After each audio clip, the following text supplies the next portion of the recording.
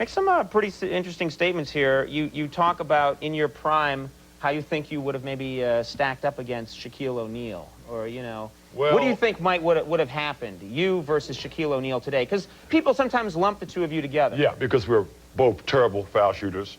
But other than that, Shaquille and I is like comparing me with Clark Gable. In this case, I'm Clark Gable and he's me. No, he played. I thought you were going to be self-effacing for a second, and then no, nothing like Screw that. that. No, he plays an entirely different type of basketball game.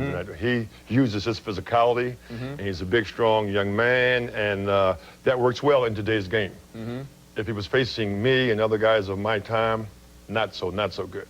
I mean, I'm a guy bench pressing around 600 pounds when I was at my best. 600 pounds? Yeah, right. So, I'm at 5'10". That's pretty good. I'll just work on it a little while. I'll be in your league, my friend. Right. That's why you better be rather nice to me here, you know. Wilt Chamberlain was another one that I met and trained with. Wilt Chamberlain. You trained with Wilt Chamberlain? Yeah, Wilt Chamberlain would be in the gym. We eventually ended up doing a movie together. Yeah, Conan. Conan the Destroyer, exactly. Yeah. But I was a big fan of his because he came to the gym and he would do a tricep extension that, like, the big guys, the strongest guys, would do, let's say, 120 pounds, let's say, tricep extension, pulling down, right?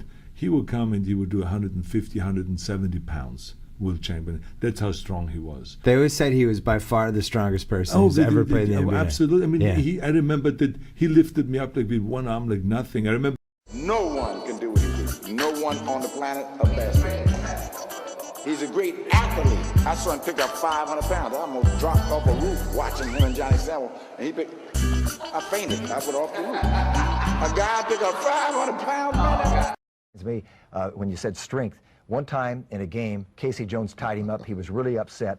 And so Wilt Chamberlain picked up the ball with Casey still attached. And he picked it up with his arms extended, brought it to his chest, and threw a two-handed chest pass with Casey still on the ball. That's how strong he was. I'll tell you a story about Wilt. When the Warriors were breaking camp after their training camp was over, we always had a game between the varsity basketball of Milton Hershey against the Warriors. The Warriors run a play and I get picked, and now I'm guarding Wilt. In one motion, he picked me up, put the ball through, then set me on top of the basket. And he had a big smile on his face. He was a very strong man, very strong man. When he made the moves with Arnold Schwarzenegger, they were in a weight room. And Wilt says, well, how do you do that? And Arnold goes, well, this is where you do it. You know, you push up. So he goes, Wilt lays down on the bench, gets up under it. Bing, bing, bing, bing, bing, bing, bing. And Schwarzenegger never came into the weight room with Wilt again. Wilt could do whatever he wanted to on the basketball court. Strong, palmed a bowling ball, a 16-pound bowling ball. Then put his fingers in the sockets and the holes, palmed it like that, and held it out. Wilt Chamberlain went up to dunk a ball, and Calvin Murphy jumped on him. And Wilt actually completed the dunk, came down, took Calvin off his back, and put him on the floor. You all right, little fella? Probably the greatest play I have ever seen in my life. Wilt Chamberlain was involved with Gus Johnson. Wilt was standing there. Gus goes up to dunk it. Wilt catches the ball, throws Gus to the floor. Still holding the ball, they carry Gus off the court with a dislocated shoulder from bouncing off the floor. I don't see how anyone in the NBA will ever be as strong as he was. Did he dominate today as well, in your opinion? Of course. Chamberlain averaged 50 points a game. He probably averaged 75 a game if we were playing today. You know why I say that? Because you can't put your hand on guys. When I played, you could hand check them. Now you can't hand check them. So it's much more difficult to stop players that way. So you asked me a question about how Wilt would pair or fare against the players of this era. Bob Lanier then told me a story about, 12 or 13 years ago at an All-Star game. I said, Bob, if Wilt Chamberlain were playing today, this is when you had some centers, David Robinson, Hakeem Olajuwon, Patrick Ewing, Shaquille O'Neal. You had that group, the last big group of centers. He said, Sonny, 70. No, he didn't mean 70 in one game. He meant average 70 against these guys. Now, I'll give you another story. Bob Lanier Detroit Pistons. You know how they keep block shots today? Yeah. You know how they keep block shots today? Well, they didn't keep block shots back in the day. But Wilt had a computer mind. He played a game against the Detroit Pistons. He blocked in one game 26 shots.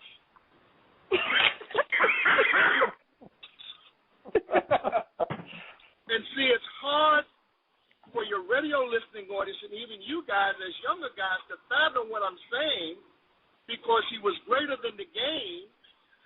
And those of us who grew up with him, we used to get on him a lot and say, you know, Dip, you're not playing physical enough. You know, Dip, when they put their hand over the rim like that, you should break it off. He said, no, I don't want to hurt anybody. Damn. So he was a gentle giant. Always, because, see, he recognized, and you asked a question about how physical. Mm-hmm. There's a thing called innate strength. That's strength from within. And I run across people who say to me, well, Shaquille weighed 50 to 75 pounds more than Wilt, and he would be able to do whatever. Wilt would take Shaquille O'Neal and move him around like he was a rag doll. Let me give you an example. Wilt could take the ball to the basket and get ready to go up and dunk the ball. And if you don't believe what I'm saying, ask Wayne Emery. You know who Wayne Emery is? Strongest basketball player that ever lived.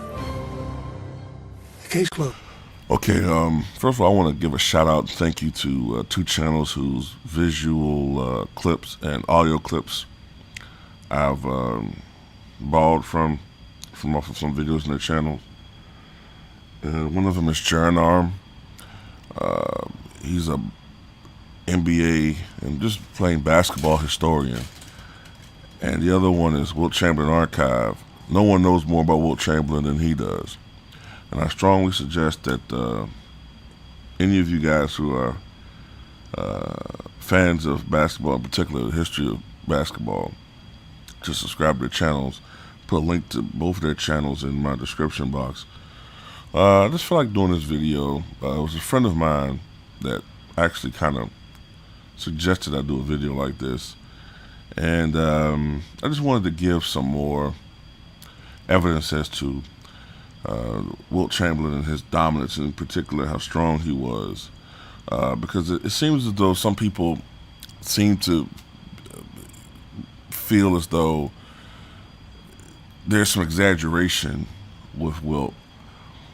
And I'm trying to emphasize here that it's not the same thing as with Babe Ruth.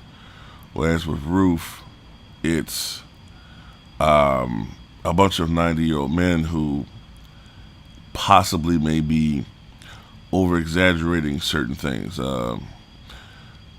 Babe Ruth was probably a tremendous power hitter, but instead of describing a 497-foot shot, in their recollection, it gets pumped up to more of a 615-foot shot. You know, certain things like that. With Wilt, there's so much documentation as to what he was able to do. None other than Arnold Schwarzenegger verified the things that Wilt Chamberlain could do.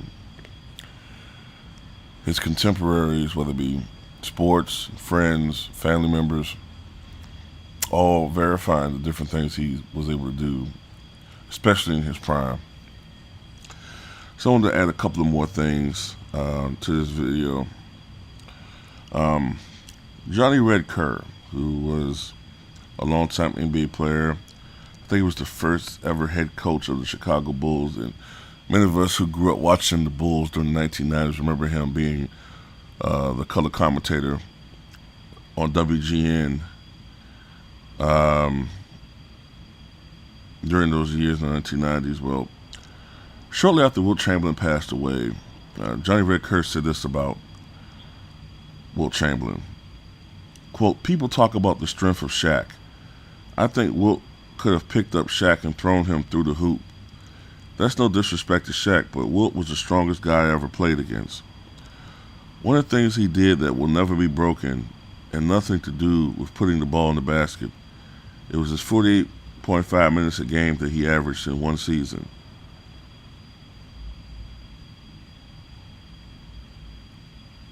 And goes on to talk a little bit more about Wilt's strength. I saw Wilt pick up Gus Johnson by the armpits.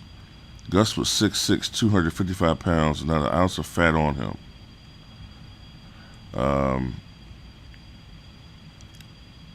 Jerry Krause, who recently passed away this year, said, "Life is not fair sometimes. I remember Wilt from my Baltimore Bullets days. When I came into the league as a scout, he was the strongest human being who ever lived. Nobody was ever stronger than Wilt."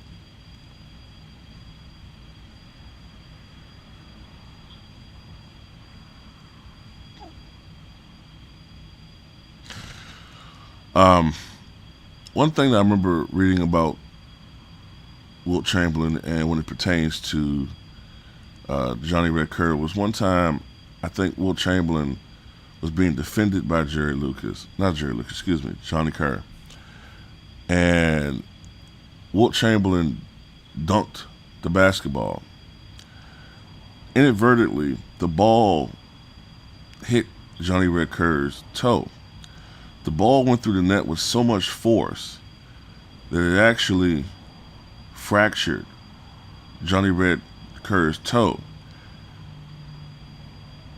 However, Johnny Red Kerr was so flummoxed and so embarrassed to even tell anybody that I broke my toe because Wilt dunked the ball on me and it, the force of the ball broke my toe, that I think he played on for like a couple of more seconds before he then indicated that the toe was broken, and then tried to explain some other causation for his toe injury.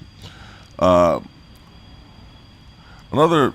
thing that I like to share too is I remember Robert Parrish, right?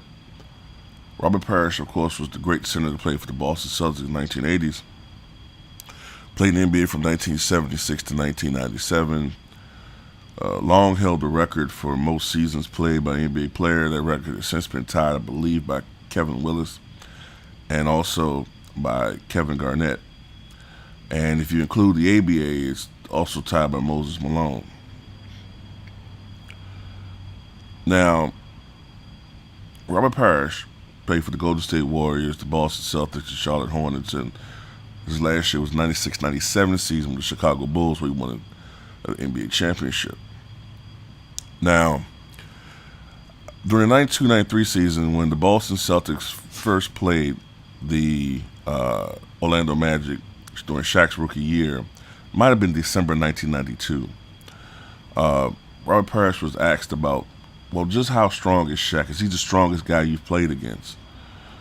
And, because there was such this hype about how strong he was. Shaq was breaking down baskets and doing all these types of tremendous things, bringing in the whole support system, and this guy's the strongest guy we ever seen. He's a beast. And interestingly, Robert Parrish said, well, no. The strongest guy I ever played against was Artis Gilmore. He said Shaq is more athletic than Artis Gilmore, but Gilmore was clearly stronger than Shaq. And interesting, because Artis Gilmore he's had some feats of strength as well that are very incredible.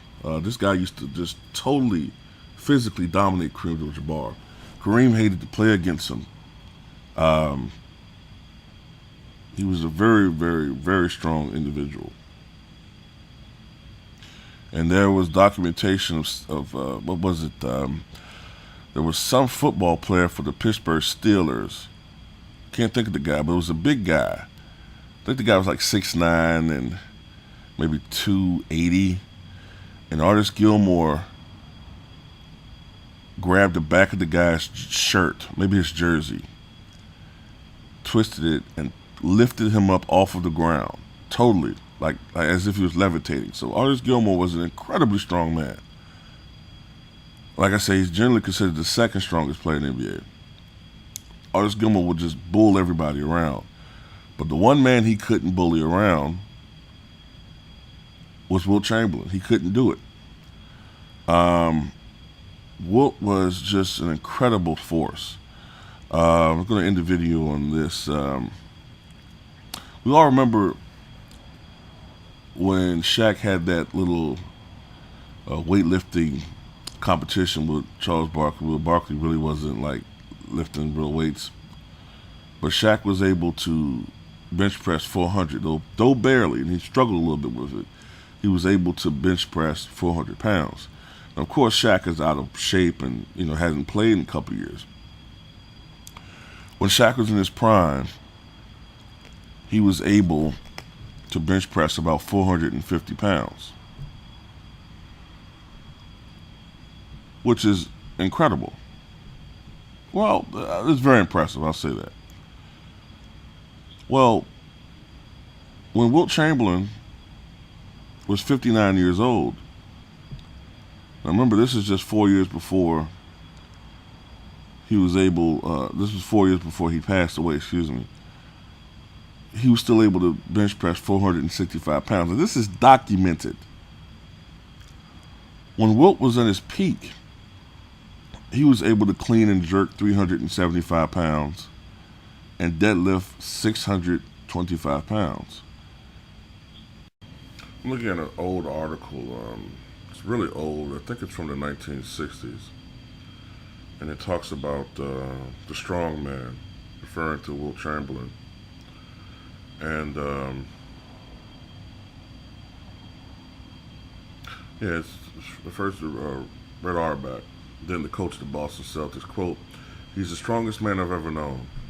And one game a year or so ago, I thought he was going to hit me, and if he did, I knew he would kill me." The scene, as Auerbach recalls it, was a game between his own Celtics and the Warriors. Auerbach called a timeout and summoned the referee to argue a point. Chamberlain joined them to listen to Red's protest. "It's my timeout," Red said to the ref. "Get that guy out of our conversation." The ref ordered Chamberlain out of earshot. Wilt retreated a few steps and then rushed back at Auerbach. "He's going to let me have it," Auerbach said to himself, "and if he does, it's goodbye." There were only 2 times he ever hit anybody, said Gottlieb. I'm assuming that's about Eddie Gottlieb. That's what surprised me so much when he first told me he was thinking about fighting. This guy was too nice.